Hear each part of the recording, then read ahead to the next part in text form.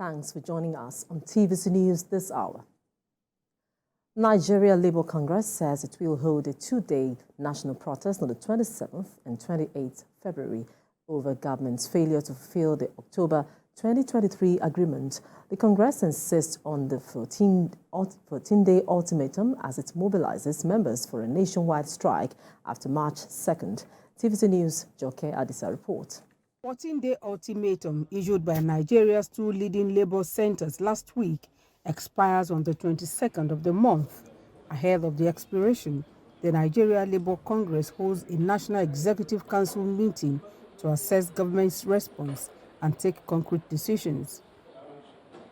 NLC President Joe Ajaero conveys the resolution of the Congress.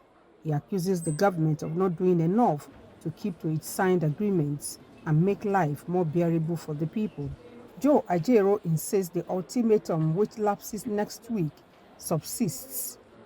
As the February 22 approaches, in this light, the urgency of the situation and continued suffering the Nigerian people and workers have faced, NEC session calls for immediate action from federal government to ratify these grievances and restore faith in the democratic process and social dialogue.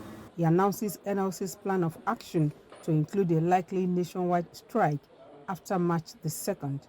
If our demands are not met after the nationwide protest, to issue a 7-day notice that will expire on the 2nd day of March 2024 to the federal government, after which an indefinite nationwide strike will ensure that Nigerian workers and people are not interested in the empty talk now, but action. He also gives an indication that the Congress will no longer give in to the review of the minimum wage every 5 years. Mr. Ajaero says minimum wage should now be reviewed every 12 calendar months. Why are we scared when we say pay a worker 1 million? When those in National Assembly are collecting 16, 17, 30 million? Why can't a worker get 1 million? In a situation whereby you need a bag full of naira to get a handful of goods. So let nobody be scared about that. And the minimum wage, we're going to insist for the review to be annual.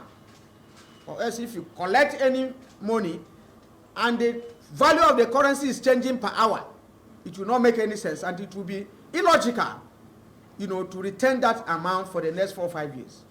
The aggrieved lawmakers now want President Bola Tinubu to pull out his magic wand once again so that the party's influence in the state does not wane, especially in the light of the forthcoming governorship election in Ondo State. Joke Adisa, TVC News, Abuja.